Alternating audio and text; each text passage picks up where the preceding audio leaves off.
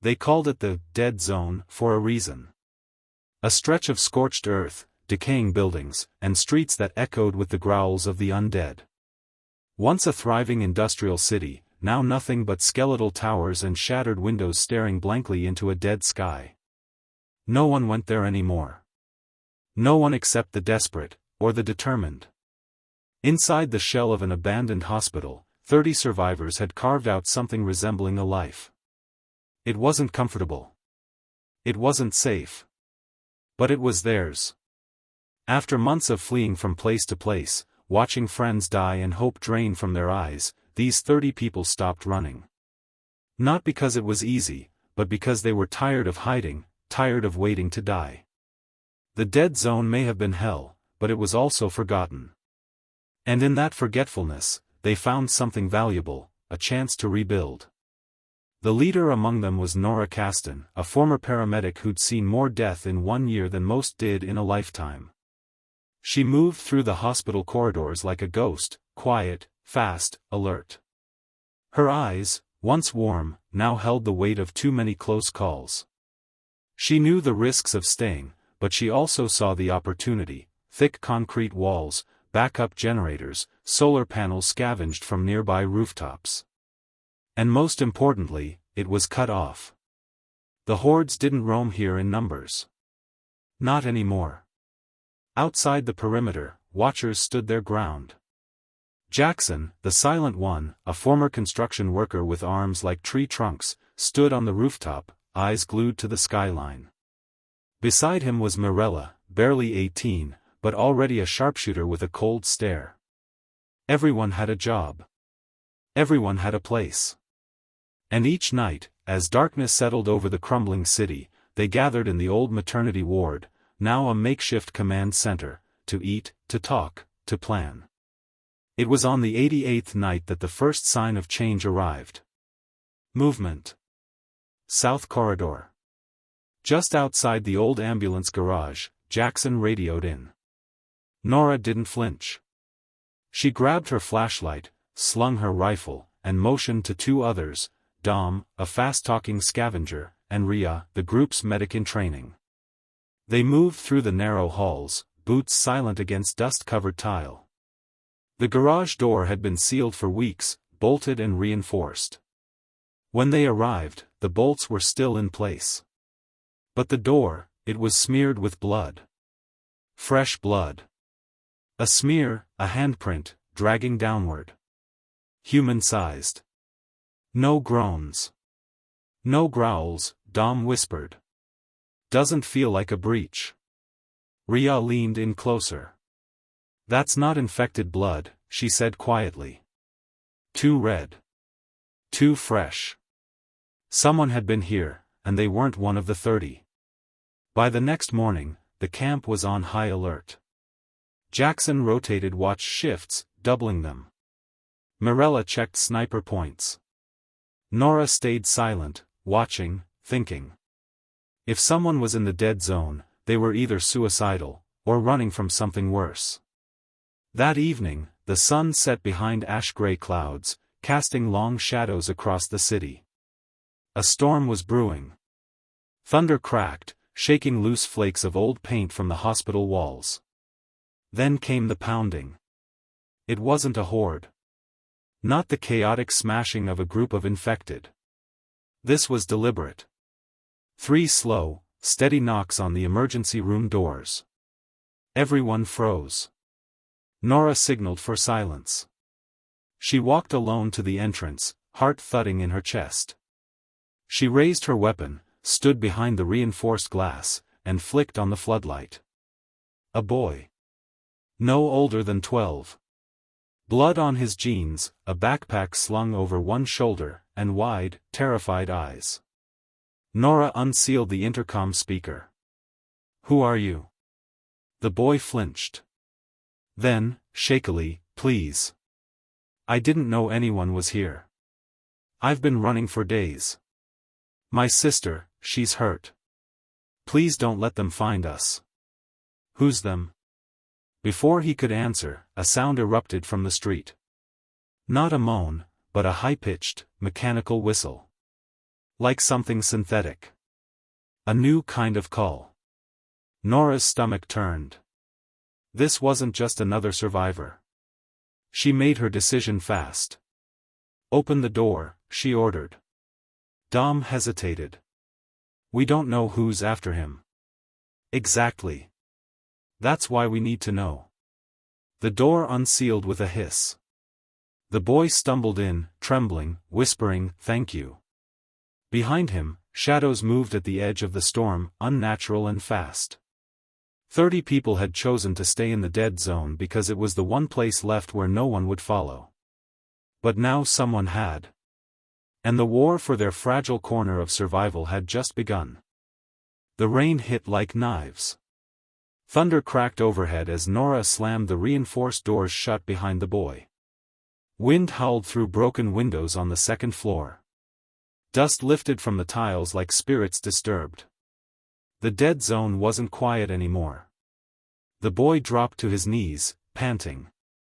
"They're coming," he whispered, his voice barely audible over the storm. "They followed us. I didn't know. I didn't mean to lead them here." "Us?" Nora crouched, her voice firm but calm. "Who else is with you?" "My sister. Lena. She's hurt. I left her in a car, near the overpass by the old rail yard." Dom cursed under his breath. Mirella, rifle in hand, glanced at Nora for a call. Time was running out. "Gear up," Nora ordered. "Dom, Mirella, you're with me. Rhea, prep the infirmary." "I don't like this," Dom muttered, checking his sidearm. "Bringing in outsiders, right when things were finally stable? We're not going to survive this world by leaving kids to die," Nora replied coldly. "We save the girl. We ask questions later." The group of 3 exited through the side route, moving fast. The storm covered their movement, but it also blinded them. Every shadow looked like a threat. Every sound, branches snapping, a distant groan, tightened their grips on their weapons. Near the overpass, they found the car. A rusted blue sedan, half buried under a collapsed billboard. Inside, a girl no older than 16 lay unconscious in the back seat. Blood soaked her right leg. "She's burning up," Mirella said, checking her pulse. "She won't last long." That's when they heard it. A screech, not from the infected. Something different. Higher. Mechanical. It echoed across the broken highway like a siren with a mind of its own. Then came the movement, dark shapes darting between cars, too fast for zombies. Too coordinated. "What the hell is that?" Dom whispered. "Back now," Nora hissed. "Move." They hauled Lena out of the car, carrying her between them as the shapes closed in. The rain blurred the street, masking the figures, but they moved with intent. Red glints shone where eyes should be. The trio reached the hospital's alley door just as Jackson swung it open. "What in God's name did you bring back with you?" "Something new," Nora said breathlessly as they slid Lena inside. "And it's hunting." Inside, the others gathered, eyes wide, weapons in hand. The boy, Leo, sat by the infirmary door, face pale. When he saw his sister carried in, he stood and rushed forward. "She's not infected," he cried. "Please, she's just hurt." "She's fine," Rhea cut in. "But I need to work." Nora knelt beside Leo. "Now talk. Who were those things out there?" Leo's eyes flicked around the room, then down at the floor. "I don't know exactly. But they aren't like the others. We called them the Stitchers. They don't eat people, they take them. Wrap them up like meat in plastic. And when they bring them back," his voice cracked. "They come back wrong." The room went still. Dom leaned in. "Wrong how?" "They don't remember anything. They look human, but inside, they're hollow. Cold. They don't bleed. They don't scream. Everyone stood in stunned silence. The dead zone had always been about the infected, slow, mindless killers driven by hunger. But this was worse. This was organized. Tactical. How many have you seen? Nora asked. Leo swallowed. They raided a survivor camp near South Point. Over 50 people. Gone in hours. I escaped. Lena got hit by shrapnel when the fuel tanks went up. Mirella stared at the dark windows. You're telling me they're smart now? I don't know if they're smart, Leo said, but they're learning. That night, no one slept. Nora posted 3-man rotations and sealed all non-critical access points. The generators hummed. Rain thudded like drums on the roof. And outside, in the empty streets, soft footsteps clicked over broken glass. One by one, the motion sensors in the East Wing began blinking. Nora, Jackson, and Mirella checked the feeds. Nothing. Then one camera flickered, just a frame or two, but it was enough. A figure in black, face hidden behind a smooth metal mask, crouched by the gate. Its hand stretched forward, pressing a device against the lock. Tell me that was lightning, Dom muttered. No, Nora said. They're testing us. She turned to the group gathered behind her. We have to assume we're no longer hidden. This place might not be safe anymore. What now? Mirella asked. We do what we've always done, Nora said. We survive. But we do it smart. We learn. We prepare.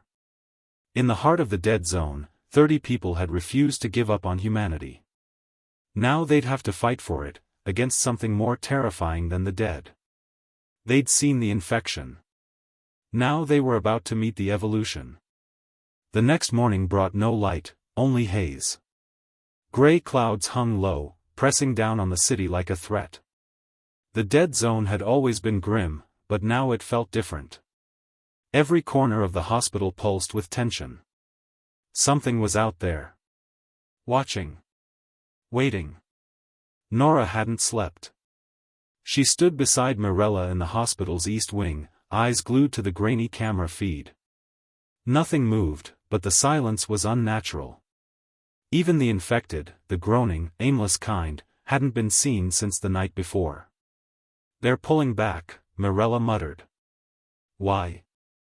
Because they're not like the infected, Nora replied. They're hunters. Planning their next move. In the makeshift infirmary, Rhea worked tirelessly. Lena, Leo's sister, was unconscious, fevered.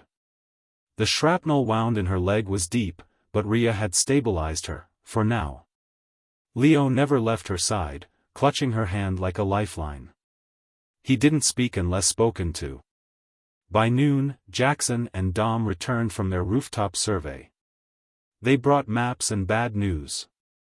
There's movement around the perimeter, Jackson reported. Not infected. At least 6 figures. Distant. They move like soldiers. Coordinated sweeps, covering each other. And they're not attacking? Nora asked. Not yet. It's like, they're studying us. A chill ran down her spine. It was worse than any horde. Zombies were predictable. These weren't. These things, Stitchers, Leo called them, didn't follow instinct. They followed strategy. Dom unrolled a hand-drawn map on the table. We have 3 blind spots in our outer defenses, here, and the west side alley. If they move fast, they could breach before we respond. We need to fix that now, Nora ordered. Double our traps. Tripwire flares, noise lures, anything we've got left. We're running low on everything, Jackson said. Ammo. Medical. Food. If this turns into a siege, we're screwed. Nora didn't flinch. Then we don't let it get that far. But inside, she knew, this place, their so-called refuge, was becoming a cage. That evening, as dusk fell, a group of 5 volunteers followed Marella into the West Wing. They laid new tripwires and makeshift alarms using cans, string, and metal scraps. One of them, a quiet mechanic named Zaid, paused by a shattered window. "Something's out there," he said softly. Marella moved to his side, eyes scanning the street. A figure stood in the distance, perfectly still. Cloaked. Its mask shimmered in the dying light. It didn't approach. Just watched. Then, in one slow movement, it raised its hand, and pointed. Straight at the window. The group scrambled back, adrenaline surging. Marella reached for her rifle, but the figure was already gone. Back in the command center, she relayed what happened. "They're toying with us," she said. "They want us to panic. They want us to run," Jackson added. "But they don't know who we are." "No," Nora said. "They think we're prey. Let's show them we're not." But the group was scared. People whispered at night. Questions were rising: should we abandon the hospital? Should we scatter and disappear into the ruins? Nora knew the fear, but if they ran now, they'd be hunted one by one. She called for a full gathering that night in the maternity ward. "This place, this dead zone, it was never meant to be home," she told them, voice steady. "But we made it one. 30 of us. We turned ruins into shelter. We kept each other alive." She looked at Leo, then back at the crowd. "Now something new is coming. Smarter. Faster. It doesn't want our food. It doesn't want our weapons. It wants us. Our bodies. Our minds. And it wants us broken." People shifted uncomfortably. "But we are not broken. We are not the lost. We are the last line. The survivors who stood in the heart of the dead zone and said, 'No more.'" A murmur of agreement spread through the crowd. "We hold this ground. We study them like they study us. We hit back. And if they want a war," she raised her rifle, "we give them one." The mood shifted. Fear turned to fire. The group dispersed with purpose, checking defenses, reinforcing doors, prepping escape routes just in case. That night, as the rain began again, a motion sensor tripped in the lower parking garage. Dom, Zaid, and another guard named Faye went to investigate. They found nothing. But just as they turned to leave, Faye froze. "I smell smoke." They turned back, and saw it. Burning into the concrete wall, scorched by some chemical flame, was a single word etched in jagged, inhuman lines. "Run." And somewhere, in the shadows, something metal clicked. The message on the garage wall burned into everyone's mind. "Run." Faye hadn't said a word since they returned from the lower level. Dom paced like a caged animal. Zaid kept rechecking the perimeter cameras every 10 minutes, looking for movement. Nora knew what this meant: they weren't being hunted anymore. They were being cornered. At dawn, the air was unnaturally still. No wind. No sounds. The hospital sat like a tomb in the middle of the dead zone, sealed tight, waiting.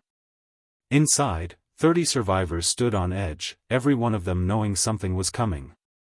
Leo sat beside his sister, Lena, who had finally opened her eyes. She was weak, disoriented, but alive. Rhea monitored her closely, but supplies were running low. Nora knew they were down to their last few doses of antibiotics, and no one had touched the last canister of morphine, not yet. Nora gathered her key crew, Marella, Dom, Jackson, and Zaid, in the old operating room. The room stank of bleach and time, but it was where decisions were made now. "We have to assume they'll strike tonight," Nora began. "Everything we've seen, coordinated patrols, psychological tactics, now this message, they're pushing us to break. They want us to flee," Dom said. "They're flushing us out like animals." Marella leaned against the gurney. Then we don't run. We hit back. If they're coming tonight, we don't wait for them to breach. We trap them. Zaid nodded. We've got 4 remote detonators and a few propane tanks we never used. I can rig the east wing stairwell and the west alley. If they come through, they'll be ash. And the hospital? Jackson asked. How much structural damage are we talking? Zaid hesitated. If we're careful? Just enough to scare them. If not, well, we'll have more light coming through in the morning. They all understood the risk. Nora looked each of them in the eye. We make a stand. Tonight. By afternoon, everyone in the building was assigned a task. Some reinforced barricades. Others helped Zaid plant the makeshift bombs. Even the kids helped by hauling supplies or distributing rations. Dom set up flares in key hallways. If the Stitchers came in, they'd be lit up like ghosts. Mirella cleaned every rifle and pistol they had, assigning them to the most experienced shooters. Everyone else would use blades, bats, or steel rods. There weren't enough bullets for everyone. As dusk fell, the air changed. It wasn't a storm this time. It was colder. Still. A silence so complete it made your ears ring. Then, the first tripwire snapped. A soft clink of metal and string. East wing hallway. Everyone froze. Then the second one. This time on the west side.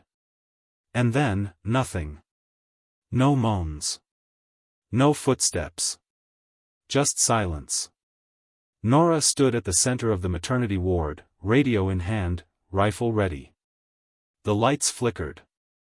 Zaid's voice came through the radio, shaky. They're in. How many? I don't know. I can't see them. On camera, shadows moved unnaturally. They flickered between frames, never fully visible. One camera caught a sliver of metal, an arm, a mask, a blade-like hand. Then the feed went black. Everyone, positions now. Nora shouted. The trap in the west alley triggered first, an explosion that shook the whole building. Dust rained from the ceiling. Screams echoed from below, inhuman, digital, fractured. Not pain. Something else. Something angry.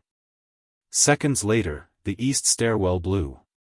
A burst of fire erupted through the lower windows. But even as it did, motion sensors near the surgical ward began flashing. They're inside, Jackson shouted. Dom and Mirella moved fast, covering the corridor. A flicker, a blur, something dropped from the ceiling. Dom fired.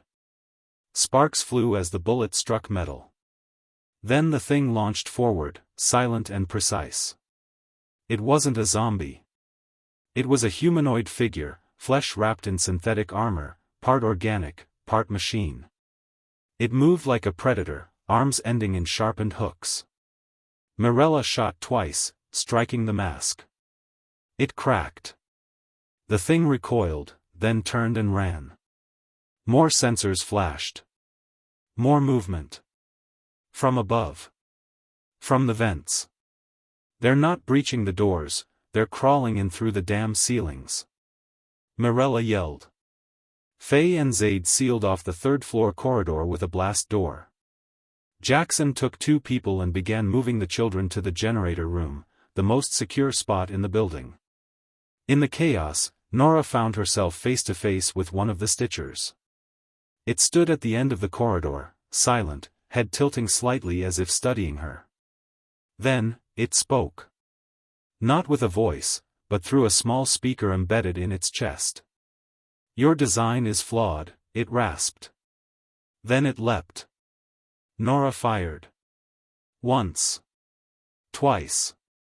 The creature staggered, then exploded in a burst of black, oily mist. A final screech echoed down the hall as it collapsed, twitching. She stood there, breath ragged, heart racing. The siege had begun. But so had the resistance. Smoke and static filled the air. Somewhere inside the walls, wires sparked and fuses blew. The lights in the lower levels were dead, and the hallway was painted in flickering reds from emergency backups. The hospital, once a place of healing, now echoed with gunfire, screams, and inhuman shrieks. Nora wiped black ooze off her cheek. The stitcher she had taken down hadn't bled like anything living. Whatever kept those things moving wasn't human. It was colder. Engineered.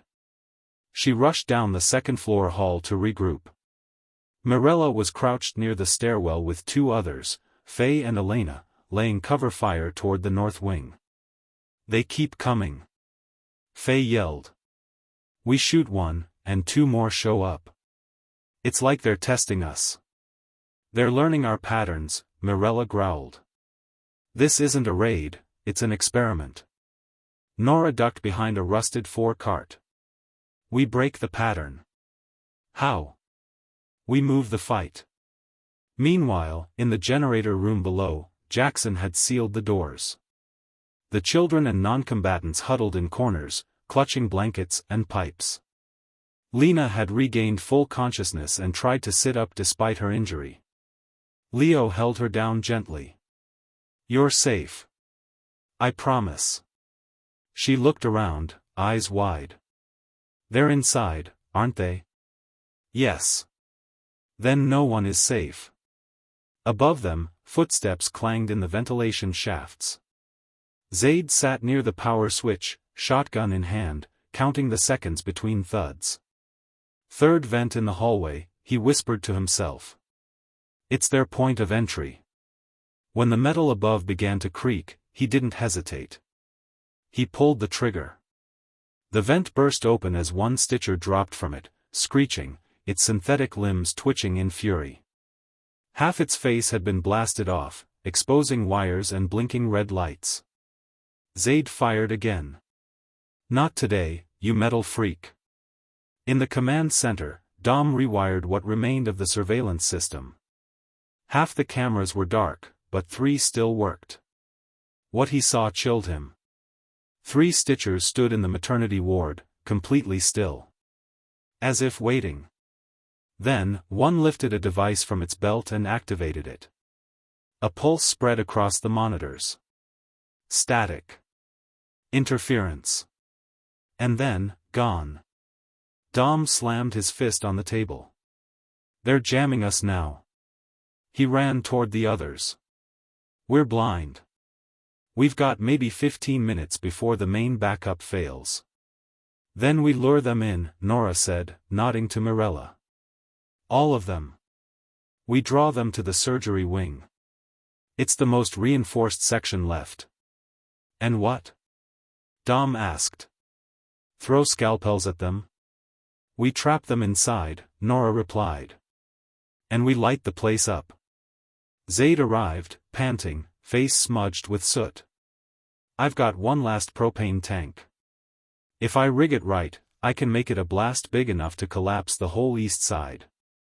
"You'll be caught in it," Jackson said as he joined them, rifle slung. "I'll time it," Zaid said. "Just need someone to trigger the decoy system from the other side. Get their attention." "I'll do it," Mirella said. "No," Nora cut in. "I will." The group hesitated, eyes darting.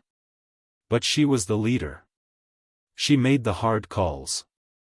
If she was willing, no one would argue. Preparations were swift. Tripwires, traps, smoke canisters, lures. They had one shot. As the others secured exits, Nora entered the surgery wing alone, steps echoing on cold tile. The shadows seemed to move around her. The power flickered. She activated the decoy system, an array of speakers playing high-frequency feedback that mimicked human voices. Cries. Screams. Pleas for help. The sound bounced through the halls like bait. From the darkness, they came. 3. Then 5. Then more. Silent. Metallic. Their red eyes fixed on her. She ran. Down the hall. Around the bend. Through the blast door. She slid under a hanging light fixture and slammed her fist into the emergency seal. The door locked. On the other side, the Stitchers reached it too late. She turned to Zaid, crouched behind the surgical desk, wires in hand. Do it. Zaid clicked the detonator. The explosion shook the entire hospital. A wall of fire ripped through the east wing, collapsing it in a storm of debris. Smoke filled the air. The glass shattered across the western floors. For a moment, the Stitchers were gone.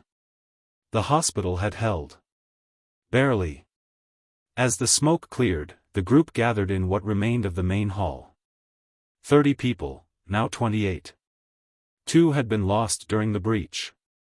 Faye cradled one of them. Dom stood silently over the other. Nora stepped forward, singed but alive. They're not unstoppable, she said hoarsely. We've proven that. But they'll be back, Jackson said grimly. Yes, she nodded. And next time, they won't be testing.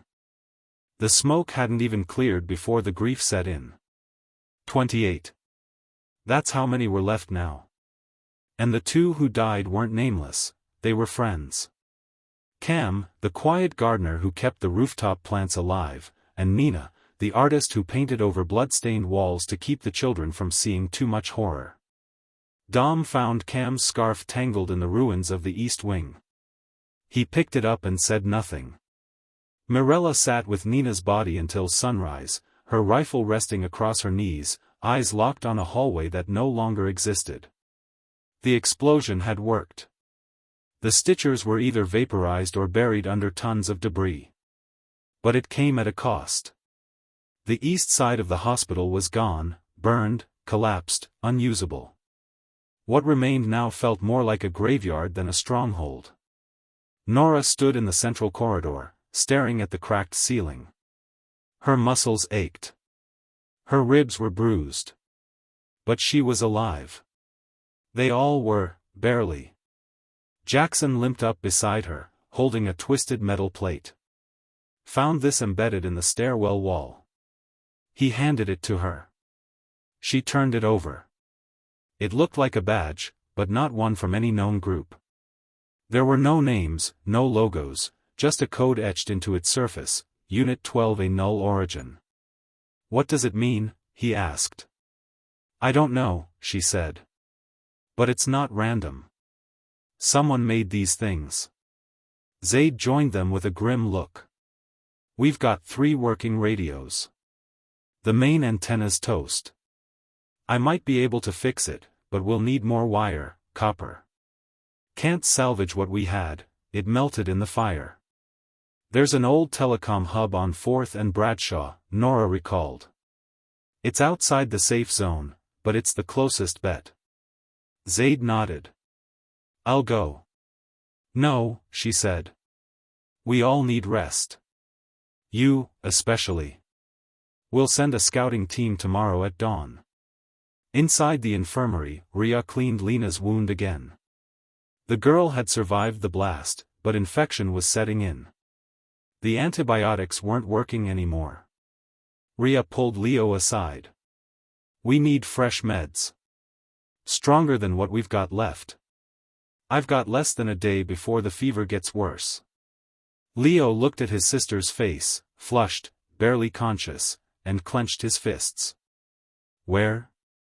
There's an old pharmacy near the metro tunnels. It was looted early, but underground facilities tend to hold more. If the automated storage is still sealed, we might get lucky. He didn't hesitate. I'll go. No, Rhea said gently. You can't go alone. I don't care. I owe her everything. If I die out there, fine. But I'm not watching her fade away. Nora overheard from the doorway. You won't be alone, she said. I'll take 2 with me and go. We'll find the meds. You stay with her. Keep her calm.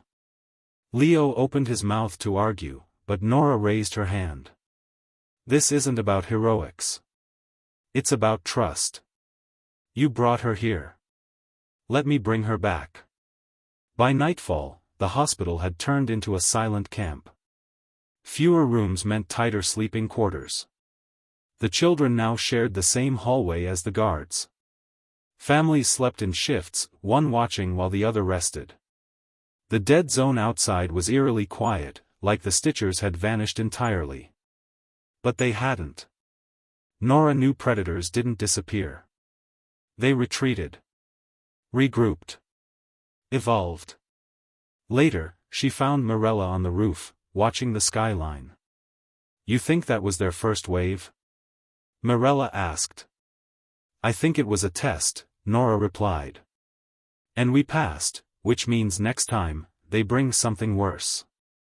Marella's voice was barely a whisper. What if there is no next time? What if we're it, last real group left in this city? Then we hold, Nora said. Even if it means dying here. Because someone has to. You always talk like a soldier, Marella said. Nora smiled weakly. I used to talk like a mother. That didn't work out so well. Downstairs, Leo sat beside Lena, her hand in his. He hummed an old lullaby, off-key, but soft. She stirred slightly. Opened her eyes. Smiled. I knew you'd find somewhere safe, she whispered. You found it, he said. I just followed you. She looked around. Not exactly safe. No. But it's something. That night, while the hospital slept, Nora stood by the broken east wing and stared into the rubble. Somewhere beneath it lay the twisted remains of the Stitchers. And somewhere beyond the city ruins, whoever created them was watching. She felt it in her bones. This wasn't just about survival anymore. This was a warning. And it was only the beginning. Dawn broke like rust bleeding through the sky, dark red, grim, and heavy. The hospital stood battered, broken, but still alive. Inside, 28 souls stirred. Outside, the city remained silent, its shadows deepening with every step they dared take beyond the walls. Nora stood at the main exit with her gear strapped tight. Across from her, Marella adjusted her rifle. Zaid slung a pack of tools over his shoulder. They were heading for the old metro tunnels, where a sealed pharmacy was rumored to be buried beneath the wreckage. It was a long shot, but Rhea had made it clear, if they didn't find stronger antibiotics, Lena wouldn't last another day. Leo didn't speak as Nora passed him. He just nodded, quiet trust, mixed with the kind of fear only a brother could carry. You sure you want to lead this one yourself? Jackson asked, his leg still wrapped from a sprain during the siege. I need to see what's left out there, Nora said. And I trust Marella and Zaid to have my back. Jackson grunted. Come back alive. We've buried enough. They moved through the eastern breach, down twisted streets half swallowed by collapsed buildings and ash. This part of the dead zone hadn't been explored in weeks. It felt different now, more open, yet somehow more suffocating. Not even the moans of distant infected reached them. The metro entrance was choked with debris, but Zaid found a crawlspace behind a fallen kiosk. They dropped through into the dark, their headlamps flickering to life. The tunnels were worse than Nora remembered. Flooded in places. Cracked. Every sound echoed like a scream. Graffiti covered the walls, desperate prayers, warnings, blood-stained handprints. And deeper in, scorch marks. They've been here, Marella said, running her hand over a melted metal beam. Looks like a firefight, Zaid added. But no bodies. That made Nora nervous. Stitchers didn't leave bodies behind. They collected them. After nearly an hour, they found it, the pharmacy. It was sealed behind a metal shutter, partially caved in from above. Zaid got to work, wedging the emergency release panel open with a salvaged crowbar. I can bypass it, he said. Give me a minute. While he worked, Marella scanned the shadows, her finger hovering near the trigger. "I hate this," she muttered. "Me too," Nora said. "But if we want any chance at saving Lena, or anyone, this is what we do." The shutter groaned and lifted. Inside, the pharmacy was nearly untouched. Glass cases, pill drawers, and shelves covered in dust. Zaid whooped softly. "Jackpot." They split up and moved quickly. Rhea had given them a list: antibiotics, painkillers, fever suppressants, and sterile gauze. Mirella found most of it in a sealed vault, while Nora uncovered a stockpile of syringes and unopened 4 bags. Then came the sound. A slow, rhythmic tapping. Metal on concrete. Zaid froze. "Did one of you?" "No," Nora said, already raising her weapon. The tapping came again, then stopped. Silence. Then, breathing. Not heavy. Not human. Mirella caught a glimpse of something in the mirror behind the counter. A face. No, a mask. Oval. Featureless. Just 2 red lenses for eyes. Nora turned fast. Back. Now. But the door was already lowering. Something had reactivated the shutter mechanism. "We're being locked in," Zaid shouted. Nora dove forward, slamming a wrench into the release panel. Sparks flew. The motor ground to a halt halfway down. "Out! Move!" They scrambled under it just as a figure emerged from the shadows, gliding silently down the tunnel floor. It didn't chase. It just watched. Back above ground, the group burst into daylight, gasping for air. Mirella turned and fired once through the tunnel gap. A clink. Sparks. Then silence. "What the hell was that?" Zaid asked. Nora was breathing hard. A warning. They returned to the hospital just before sundown. Inside, the mood shifted the moment they entered. Leo rushed to them, eyes wide with desperate hope.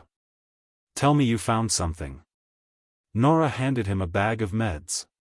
"We found enough to stabilize her. Maybe even help her walk again."